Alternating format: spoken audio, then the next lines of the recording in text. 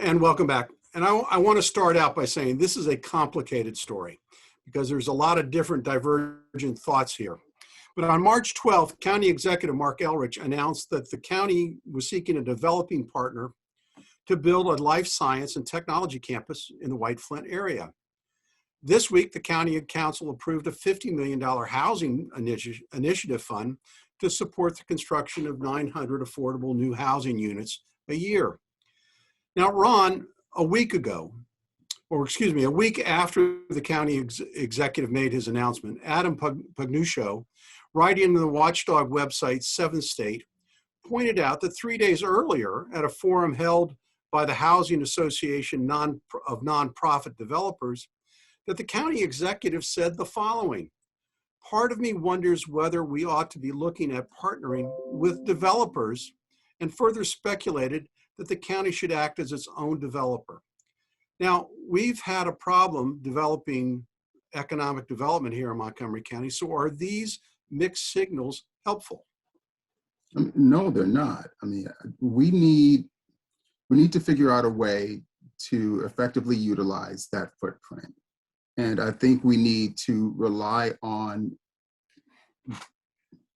the information and capability of those professionals who are best suited to do that. So whether we want to lean on developers 75% or 50% is not the issue. They need to be part of the process, and we need to do something that's going to be beneficial, not just to the community immediately around it, but to the entire county and to the entire state. You know, if that property continues to go unused, it's just wasteful, and taxpayers are bearing the burden of that. Well, I think that's a great segue because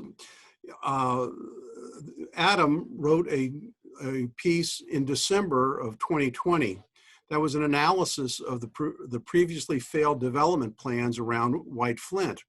And one of the salient points that it pointed out was that the developers thought it was a great plan. They were all in on doing the development, but they had a problem finding financing, mainly because of a lack of job creation. So, Phil, does the county not understand how jobs are created? Well, it doesn't, but that isn't just specifically to Montgomery County. That's every county, because these entities in government, their job and their core competency is simply not doing this. The governments are good at taking money from people, and that's about it. And they're not even really good at giving it to other people. They're just good at taking it. So that's why, and everything that we've talked about here shows why a free market approach where the county steps away and whoever says, hey, you know what, this land would be good for X, this land would be good for Y, let's do this, let's do that. That's the approach. That's what got the development in general happening in the first place, and why in general things tend to work. But this here's one of the scary statistics that was in the December piece, that private sector job growth in Montgomery County over the last 15 years is a negative 1%. Right. That means we're not producing the jobs to support a vibrant community. Well, but look at everything that we've discussed here, whether it's affordable housing or developing the White Flint, it's all been predicated on one thing: what the county, whether it's the county council and the staff and the county executive want. That's just not a winning message, a winning strategy. Well, Ron, I was shocked when in the one article where County Executive Marc Elrich is suggesting that just because he renovated some houses, he knew how to do development and construction projects, as if the magnitude is no difference. What's going on here?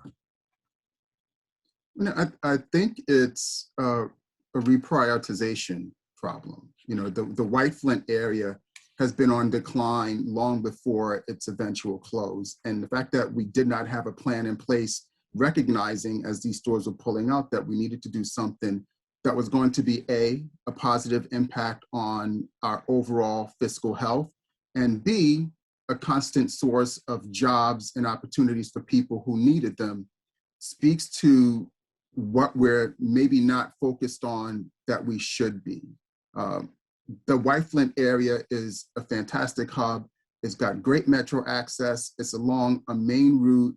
It should be a shining star for someone looking to develop, and why they're not looking here, I can't answer that question. Well, if you can look over my bald head, you can see a big building in the background.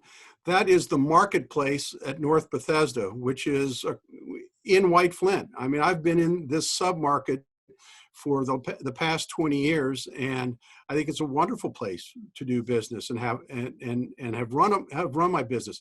But all of this sort of coalesces into what our next topic is going to be, and that's about the upcoming elections in 2022. And even though they're more than a year away, 3 possible challengers for the county executive have emerged.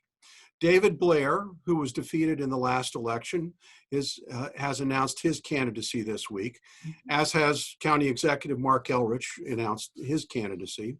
But we also have possible council members who are term limited, who are thinking of running. Hans Reimer, Tom Hucker, Nancy Navarro, Craig Rice. There is a cast of characters who are thinking about challenging Mr. Elrich.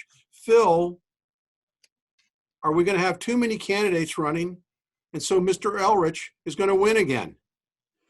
I'm not quite convinced that it's going to get there, because the one thing that I've seen over the years is that even though you do have a lot of people who are term limited, and obviously the term limits are relatively new, you do have these kind of very close informal networks between a lot of these folks, so they will find some way to do something else, I think, in order to preserve Marc Elrich in that seat, because like it or not, no matter how incompetent he appears to be, he does also appear to have a lot of support from the Democrat base in the county. So I just don't see that changing. Well, Ron, I want to follow up with you a little bit about the power of the incumbency, because there are great statistics that show that even if an incumbent may appear weak on paper, that they have great power to be reelected. So is that at play here as well?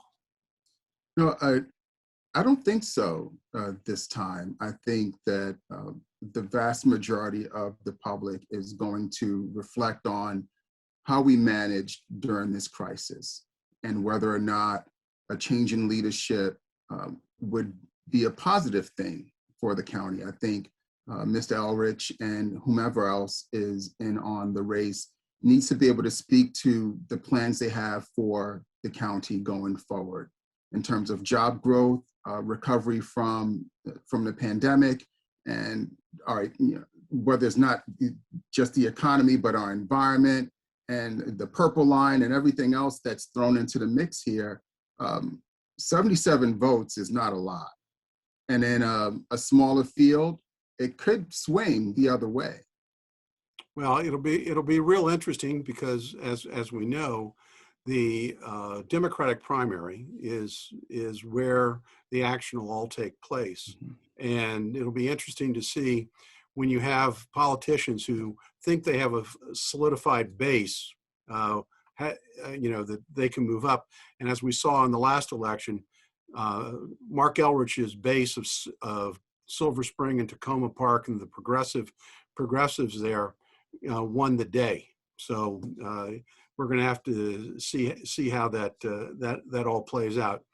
I think Mr. Elrich has grown into the job a great deal, but I still think there's a lot of inconsistencies that people can point out to that is going to come into play during the election.